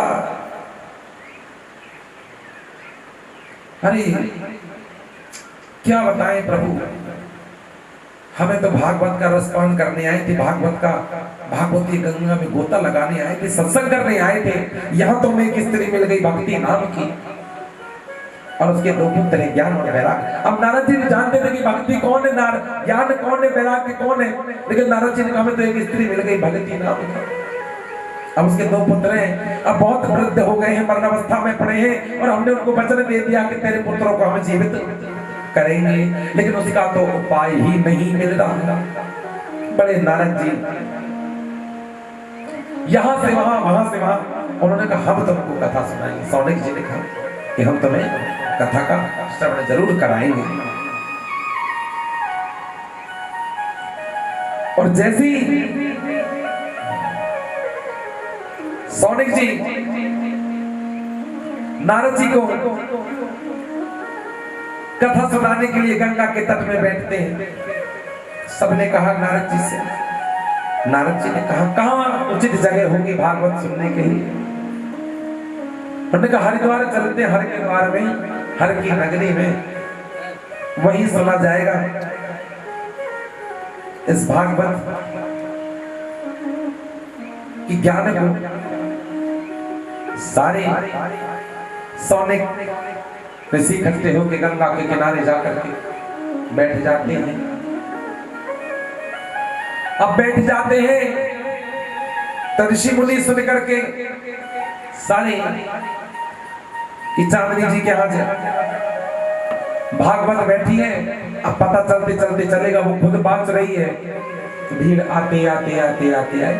ऐसी जैसी गंगा के तट पे पहले के जमाने में केले के पत्ते लगा के और साड़ी बांध करके बना दिया जाता था पंडाल छोटा सा, उसमें साधु महाराज बैठ के भागवत का पठन करते थे। ऐसी गंगा किनारे केले के पत्ते लगा दिए, सजा गया, आसन सज गया, भागवत की तैयारी होने लगी। उधर से दुर्वासा ऋषि भी सारे शिष्यों को धकेल रहे हैं कि जाओ भागवत की गंगा में गोता लगाओ। कि महाराज अब तक तो तुमने हमें बोला नहीं कि तुम जाओ, आज तक तो तुमने कहा नहीं, लेकिन आज तो तुम खुद धक्का दे रहे हो, खुद कह रहे। अरे मूर्ख, तुझे क्या पता जो आज भागवत की जो गंगा प्रवाहित होगी उसमें गोता लगाने से अनंत पाप, अनेक पाप, दुरा से दुराचारी, भ्रष्टाचारी, अपराधी, बड़े से बड़ा पाप करने वाला जिसने कभी जीवन में पुण्य ना किया हो उसको भी छुटकारा मिल जाता है। चलो सारे इकट्ठे हो गए वहां, वही सारे इकट्ठे होकर के बैठने लगे। और वही जिस समय नारद जी को सरकारियों ने जिस समय कथा सुनानी प्रारंभ करी और वहीं समस्त देवता गण वहीं पर आ गए, भक्त प्रहलाद भी वहां पर आ गए, हनुमान जी भी वहां आ गए, जितने देवी थे देवता थे उस सब हरिद्वार की नगरी में आकर के अपने अपने आसन लगाकर विराजित होकर बैठ गए और उस भागवत का आनंद लेने लगे। आइए एक भजन के साथ छोटा सा, जैसे आज उसी हरिद्वार की नगरी में सौनिक जी सारे नारद जी को जब भागवत जी का पठन श्रवण दोनों करा रहे हैं, वहीं पर हरि भजन चालू हो जाता है। आइए। श्री कृष्ण गोविंद हरे मुरारी, हे नाथ नारायण वासुदेव। श्री कृष्ण गोविंद हरे मुरारी, हे नाथ नारायण वासुदेव। श्री कृष्ण गोविंद हरे मुरारी, हे नाथ नारायण वासुदेव। हे नाथ नारायण वासुदेव, हे नाथ नारायण वासुदेव, हे नाथ नारायण वासुदेव, हे नाथ नारायण वासुदेव, हे नाथ नारायण वासुदेव।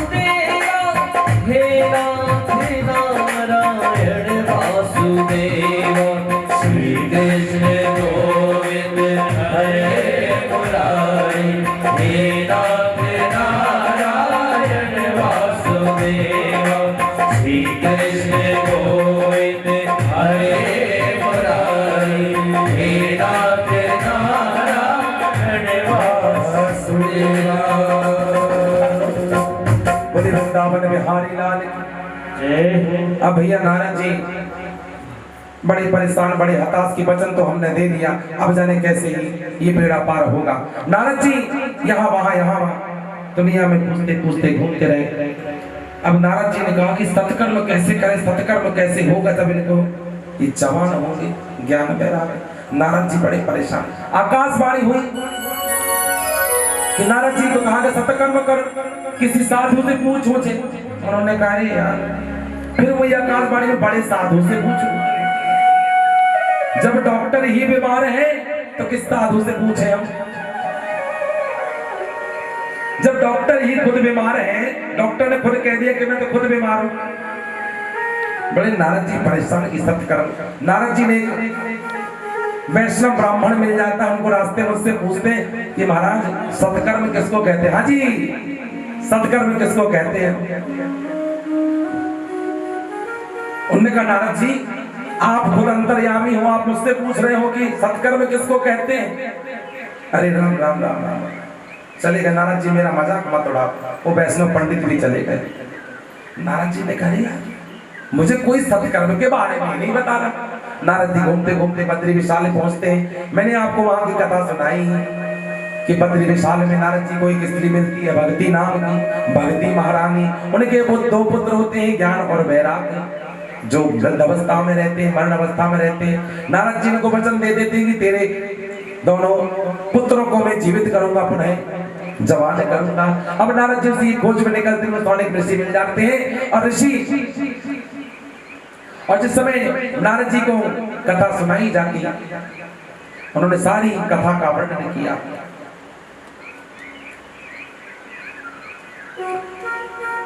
जैसी कथा का वर्णन हुआ, प्रारंभ हुआ, तो आपको हमने बताया कि सारे देवी देवता प्रसन्न हो गए, आ गए। अब इसके बीच में वो कौन सी कथा कही गई थी, क्या कहा गया था, उस 7 दिनों के अंदर आपको हर दिन बताया जाएगा। जो समय से 3 बजे आकर के 6 बजे तक कथा का विश्राम होगा। आइए उधर आत्मदेव के परिवार में बड़ी कहानी याद आई कि आत्मदेव के परिवार में बड़ी खुशी की लहर मची हुई थी, धूम मची हुई थी। उसके आंगन में बधावे बज रहे, अरे बड़े बड़े खुशी की लहर हो रही। और जब दोनों पुत्र बड़े होते हैं तो एक दुराचारी होता है, पापाचारी होता है, और एक होता है भक्तिमय गौकर्ण, जो सिर्फ ज्ञान और वैराग्य और भक्ति तीनों में लीन था, भागवत शरण में था।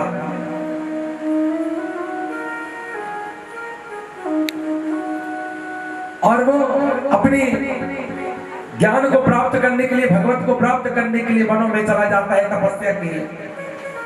इधर उसका भाई धुंधकारी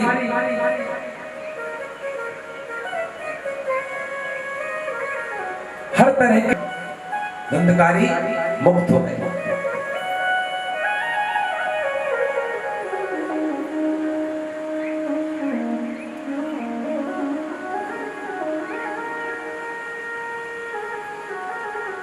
अब गौकर्ण जी ने कहा कि ठीक है, मैं कुछ उपाय सोचता हूं, तुम्हारी मुक्ति का मार्ग सोचता हूं।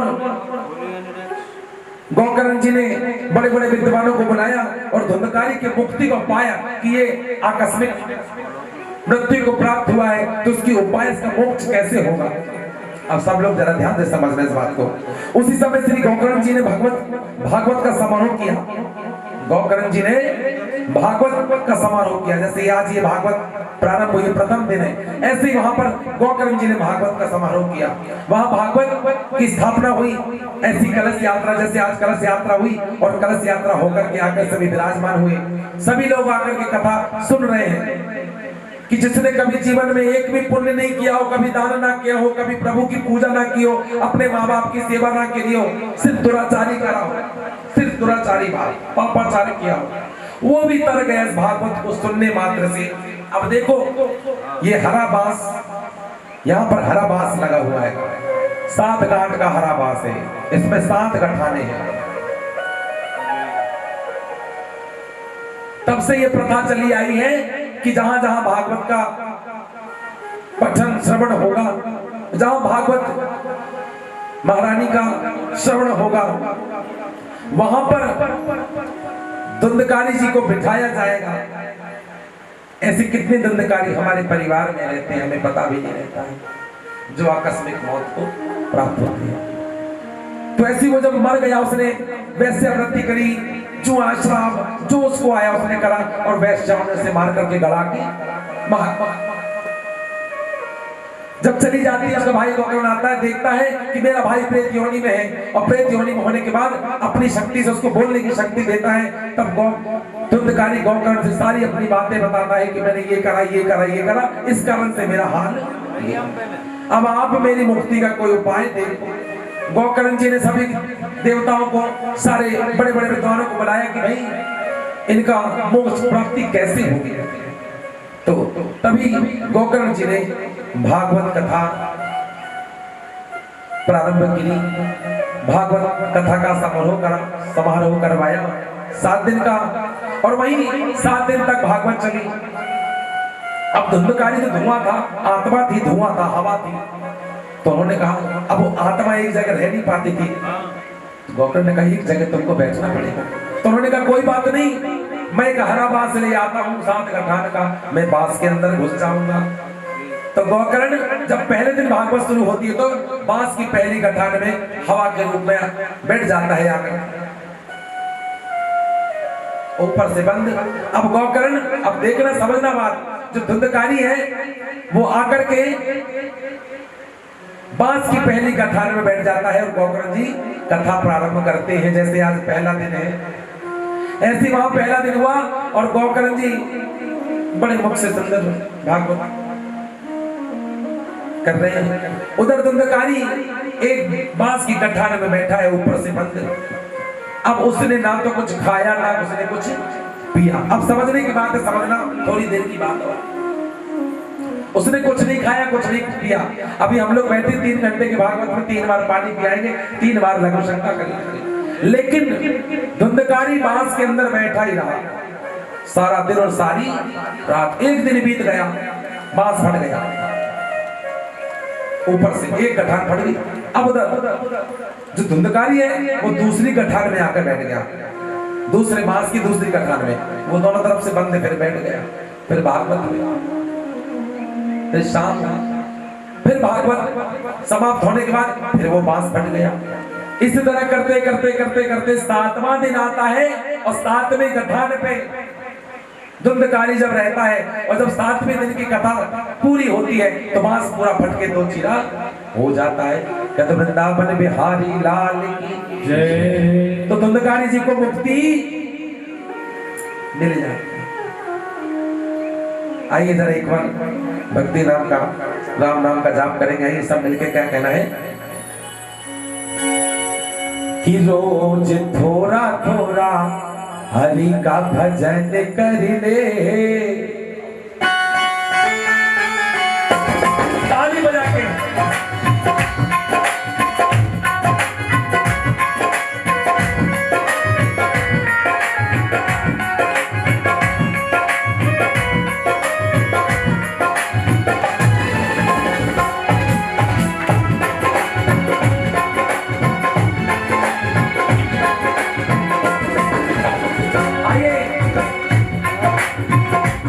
रोज थोड़ा थोड़ा हरि का भजन कर ले।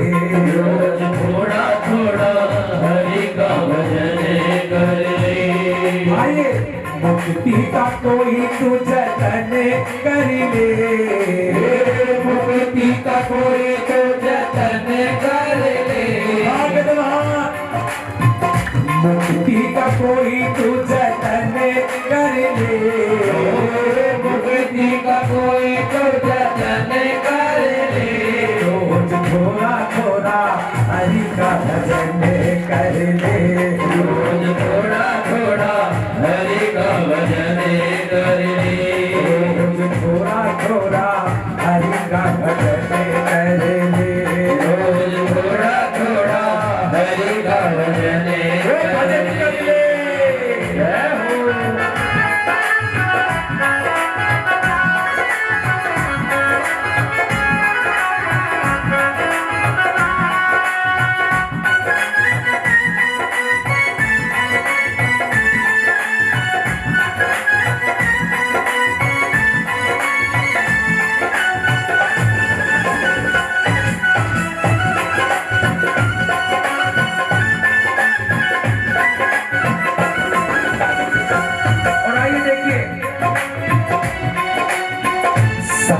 संगत करे अच्छे लोगों की, संगत करे अच्छे लोगों की, दवा मिल जाएगी सभी रोगों की, दवा मिल जाएगी सभी रोगों की।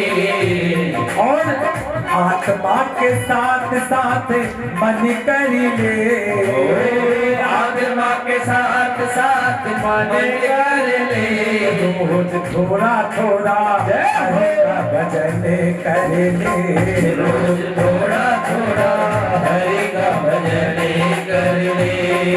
देखिए कि जैसे धुंधकारी जैसे पापी मुक्त हो सकते हैं जिनने कभी पुण्य ना किया हो, तो अपने आप को आको कि हमने पुण्य भी किया, पाप तो किया ही होगा लेकिन पुण्य भी किया। आइए एक भागवत महारानी हम पर, हमारे परिवार पर अपना हाथ, अपना आशीर्वाद सब पर बना के रखना। आइए दोनों हाथ ताली जोड़ जोड़ करके हाथ ताली।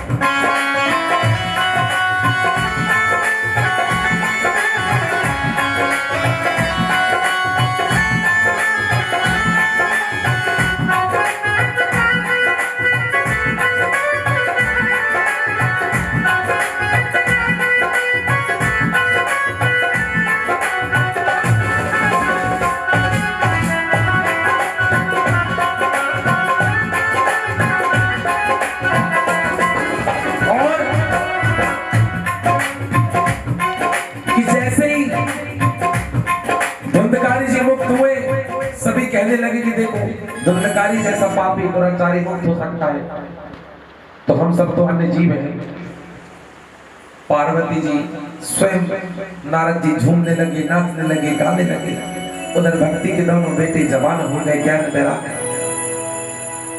ज्ञान की भी प्राप्ति होती है और वैराग्य भी होता है। भागवत सुनने के बाद मोक्ष मोह सबसे मुक्ति मिलती है।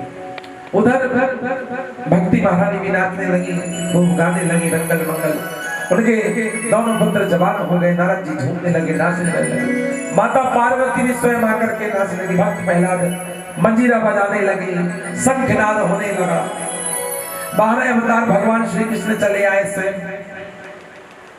सभी देवी देवता खड़े होकर के नाचने गाने झूमने लगे। जैसे भागवत में पहला दिन है, आइए एक बार जरा सभी खड़े हो जाएंगे।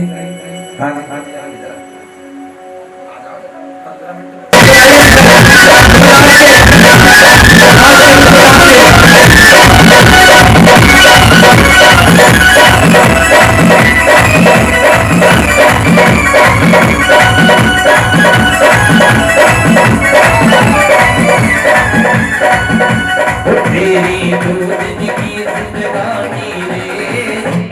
भजन हरि को तेरी गोविंद की जिंदगानी रे, कल भजन हरि को, अरे कल भजन हरि को प्यारे, कल भजन हरि को, कर ले भजन हरि को प्यारे, कर भजन हरि को, तेरी गोविंद की जिंदगानी रे, कल भजन हरि को, तेरी गोविंद की जिंदगानी रे, कल भजन हरि को।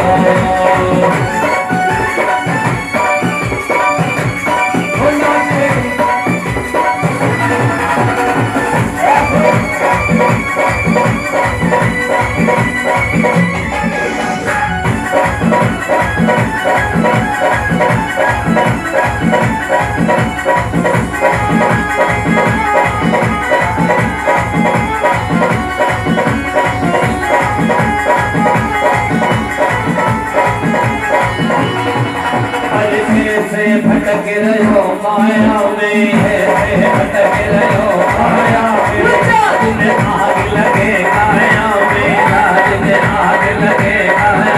अरे कैसे भटक रहो माया में, कैसे भटक रहो माया, राज में आग लगे काया में, राज में आग लगे काया। तेरी है जान, तेरी है जान, तेरी है जान कब कहानी रे, कल भजन हरि को, तेरी गोविंद की जिंदगानी रे, कल भजन हरि को, अरे कल भजन हरि को प्यारे, कल भजन हरि को, कल भजन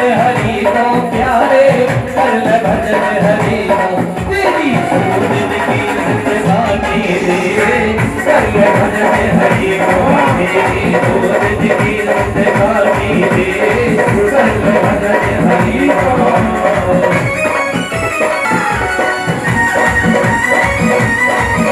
हरे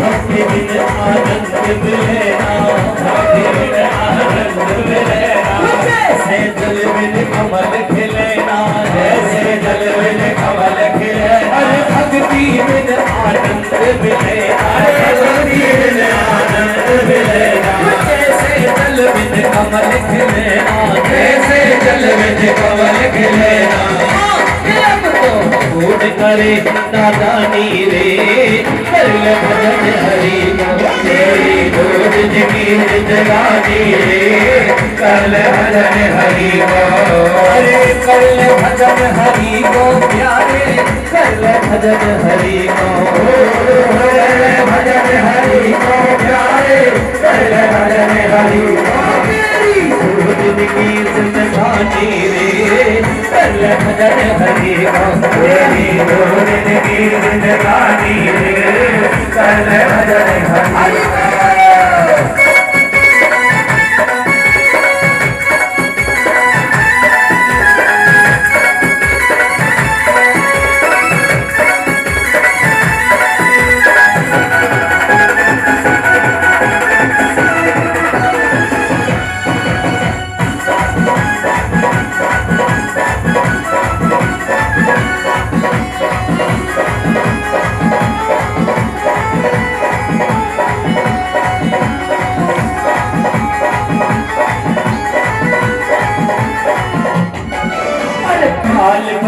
सिर पे मंडरावे लाल बली सिर पे मंडरावे लाल बली सिर पे मंडरावे लाल बली सिर पे मंडरावे कितना कोई लेके जावे कितना कोई लेके जावे कितना कोई लेके जावे कितना कोई लेके जावे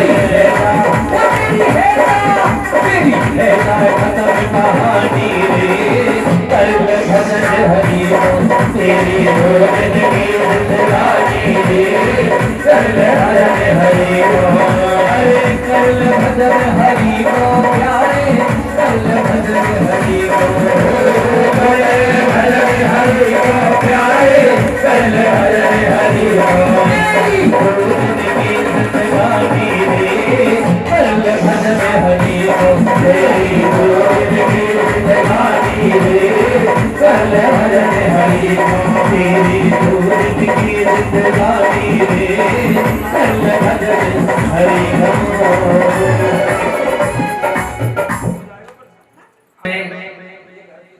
3 बजे से है और 6 बजे तक सभी भक्तों से अनुरोध है मेरा।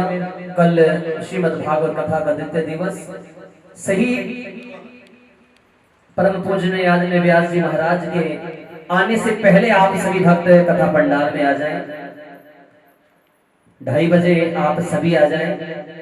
2:15 बजे हम सभी संगीत सभी पहले विराजमान हो जाएंगे। बहुत सुंदर सुंदर भजन आपके बीच में रखेंगे। तो जो श्रीमद् भागवत कथा का समय वो 3 से और 6 का है। सभी ध्यान देंगे और सही समय अनुसार हरि चरणों में आएंगे। बोलिए बांके बिहारी लाल की जय। आइए सभी आरती के लिए आगे। ओम चंद्रमा मनसो जाता चक्षु सूर्यो जायता श्रोत्राद्वयस्य प्राणस्य मुखादग्निर्जायता कदली गर्भ संभूतं कर्पूरं तो प्रदीप्तम् आरती पूर्ण पश्चिमे वरदो भवः दीपक प्रज्वलित मुंदगर रही ज्योति अपार हर हर कर के लीजियो आरती नंद कुमारी श्री बांके बिहारी तेरी आरती गाऊं। श्री बांके बिहारी तेरी आरती गाओ मेरे भाग्य बिहारी तेरी आरती गाओ यशोदा की छैया तेरी आरती गाओ यशोदा की छैया तेरी आरती गाओ आरती गाओ प्यारे आपको रिझाओ आरती गाओ प्यारे आपको रिझाओ श्री माँ के बिहारी तेरी आरती गाओ श्री माँ के बिहारी तेरी आरती गाओ मोर मुकुट तेरे शीश पे सोहे मोर मुकुट तेरे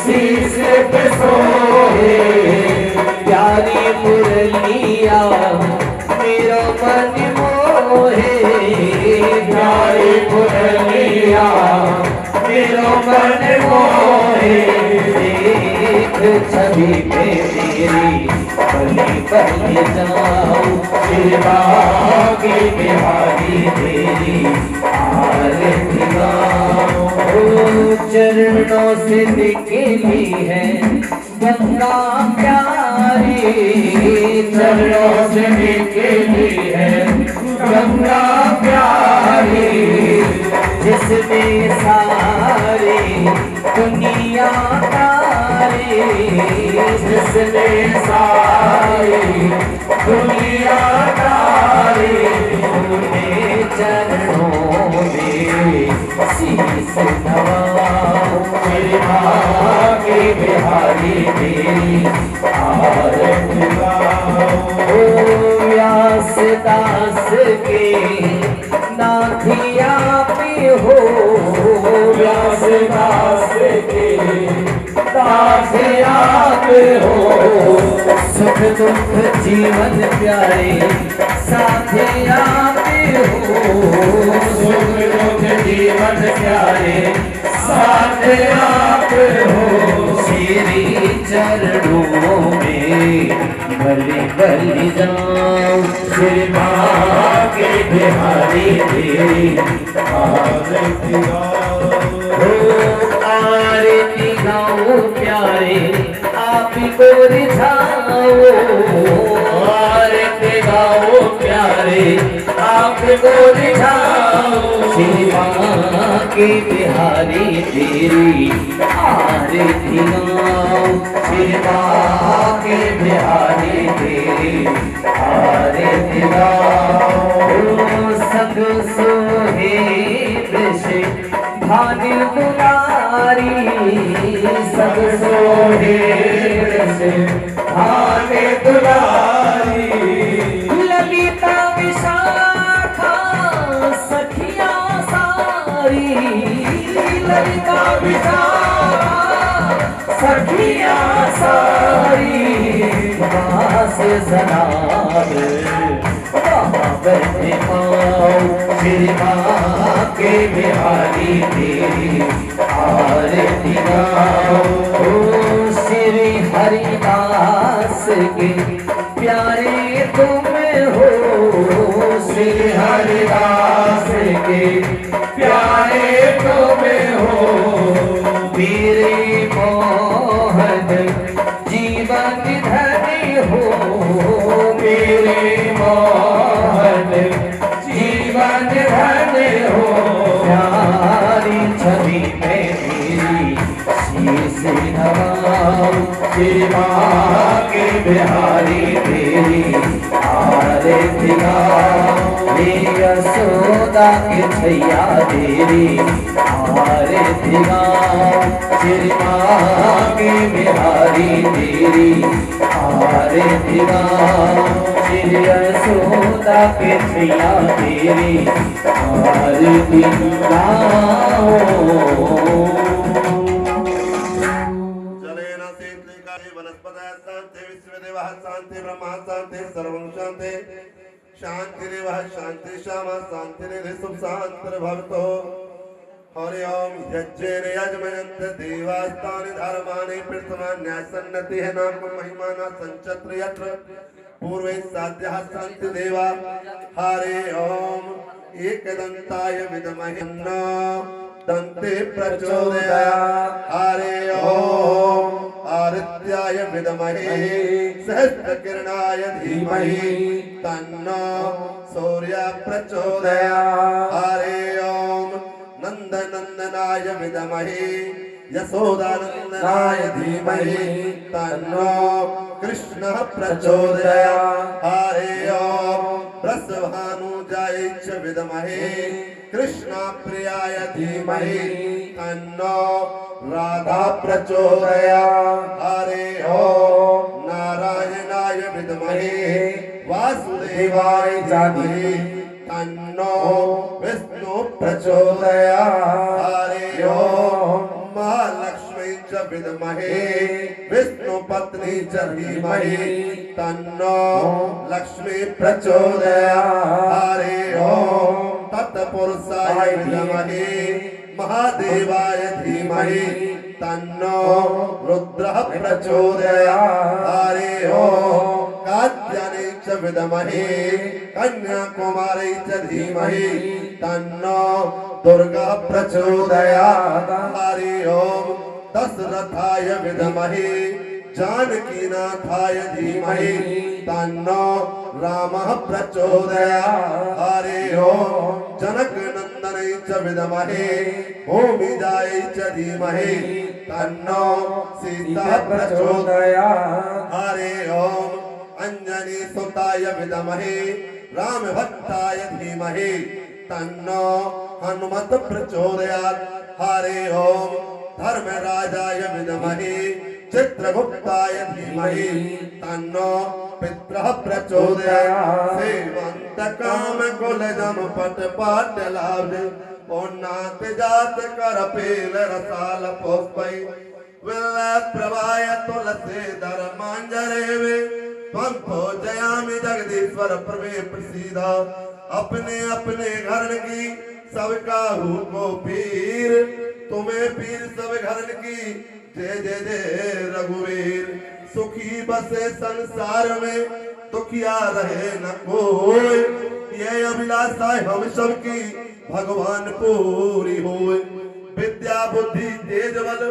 सबके भीतर होए दूध पूत धन धान्य से वंचित रहे न कोई मिले भरोसा आपका सदा हमें जगदीश आशा तेरे नाम की लगी रहे ममीस पाप से हमें बचाइए करके दया दयाल अपनों भक्त बनाए के हमको करो निहाल शुभम करो तु कल्याणम ओम नमः पुष्पाणि नाना सुगंध पुष्पाणि मंत्र पुष्पांजलि समर्प्यामि नमो नमः संघ सपरिवाराय मंत्र पुष्पांजलि समर्प्यामि नमो नमः बोलिए भागवत महापुराण की जय वेद व्यासी महाराज की जय सुखदेव जी महाराज की जय सदगुरुदेव भगवान की जय देवी मैया की जय हनुमान जी महाराज की जय वृंदावन बिहारी लाल की जय अयोध्या धाम की जय बरसाने गांव की जय राधा रानी की जय सियावन रामचंद्र की जय हो चारों भैयान की जय हो तीनों मैयान की जय हो वृंदावन बिहारी लाल की जय हो बस्ती माता की जय हो मियां दादा की जय हो तेरा दादी की जय हो हमारी मैया की जय हो वृंदावन बिहारी लाल की जय जय जय श्री श्री राधे जय जय श्री राधे जय जय श्री राधे नमः पार्वती पते हर हर महादेव धर धर हर हर महादेव जय कराए वीरभद्र सच्चे दरबार की सभी अपने स्थान पे कड़वी पर कम्मा लगा लेंगे सीधा